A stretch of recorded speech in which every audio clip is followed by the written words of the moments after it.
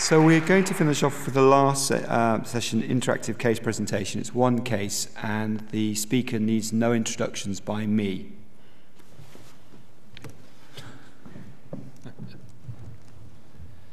So slides 1, 2, 3, thank you.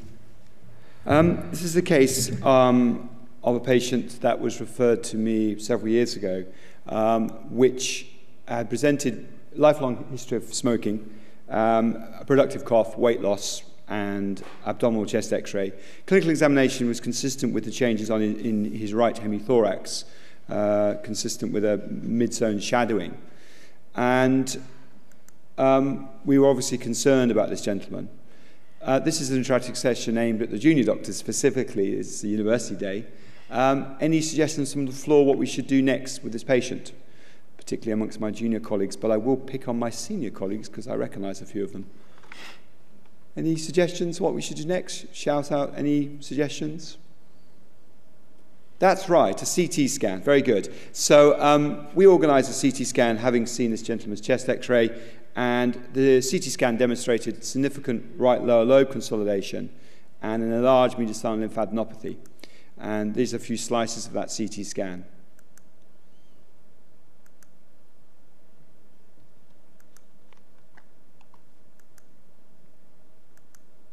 So, having organised a CT scan, we're now quite concerned about this gentleman's degree of consolidation and the degree of involvement in his right lung. What investigation should we be requesting next in terms of investigating this further? Okay, I will pick on people. Mr. Milton, what do you think? What's that? Say again?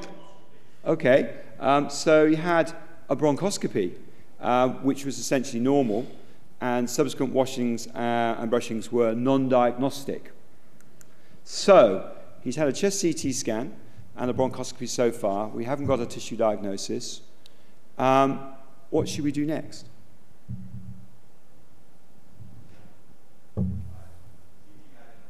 CT-guided biopsy. Very good. I promise you I haven't planted any of these people in the audience. He went on and had a CT-guided biopsy, which was non-diagnostic, demonstrated inflammatory tissue only. He then went on and had a PET scan as part of his workup through the lung cancer MDT, which he was referred through, and it showed significant avidity of this mid-zone opacification with activity both in the hilar and paratracheal lymph nodes. What do we do next? Oh, we have a volunteer, Raj.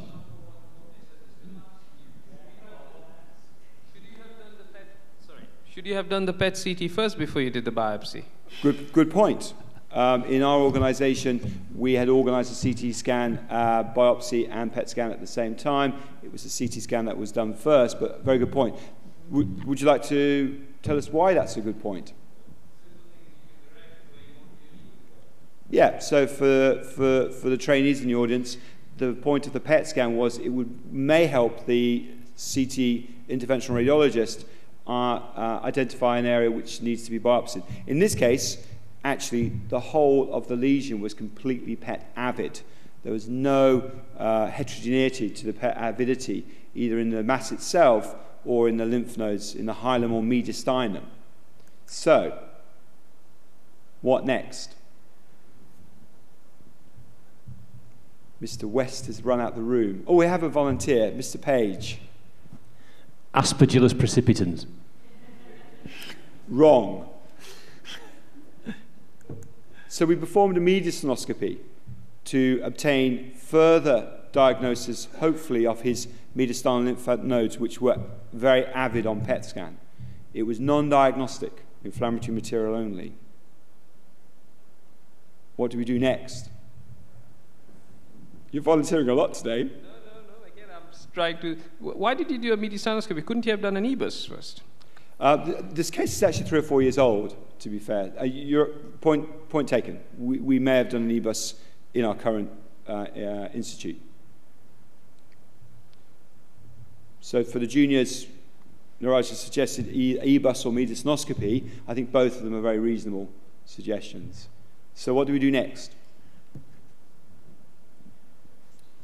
The torture is almost over if you can give me an answer. So we performed a thoracotomy. Before you say it, we did a thoracotomy, not a VATS. This is not my case. But I would have performed a VATS, but it was a thoracotomy. And it demonstrated a large mass arising from the right lower lobe and involving the middle and upper lobes was noted. Significant inflammation, gross pleural involvement. Thank you, Sasha. Question mark, but you brought up the subject matter of VATS.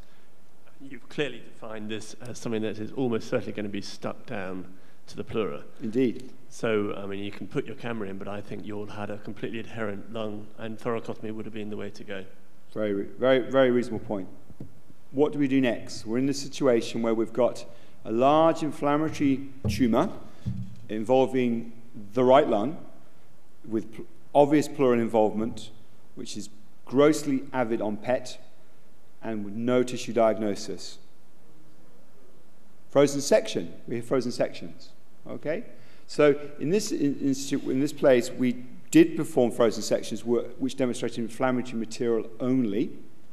So we decided, therefore, decided not to go on and perform a resection in this situation because it was essentially unresectable if it was a lung cancer, and performed multiple biopsies of both pleura and lung and closed the patient.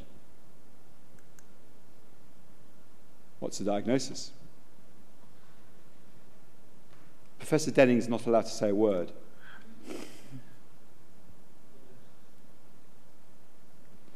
Anybody would like to hazard a possible diagnosis?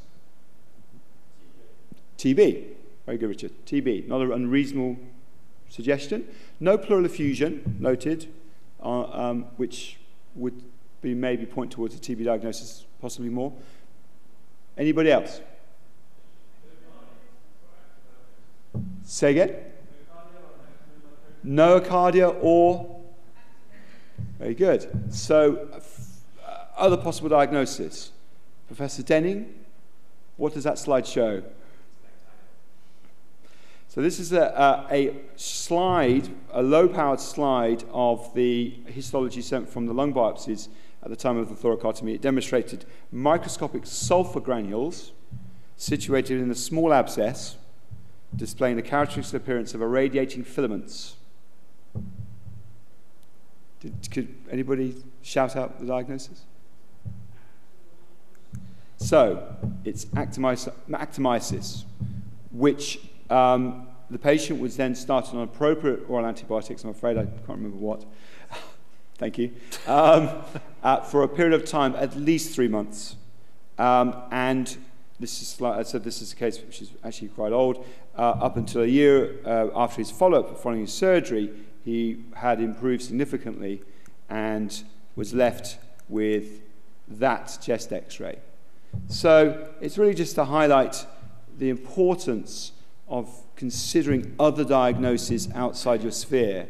And certainly when he was presented in the lung cancer MDT meeting, the diagnosis of a lung cancer was predominant, but clearly it wasn't. And I think the important learning aspects for the trainees were those points, but specifically the CT characteristics of consolidation and inflammatory masses, the possibility of cavitation and fibrosis being an underlying bacterial or fungal source. In this case, we were convinced that this patient had an adenocarcinoma of lipidic pattern, i.e. what we used to call a BAC. The avidity of the diagnosis was unusual, but certainly has been described in the literature. Thank you. The session's over.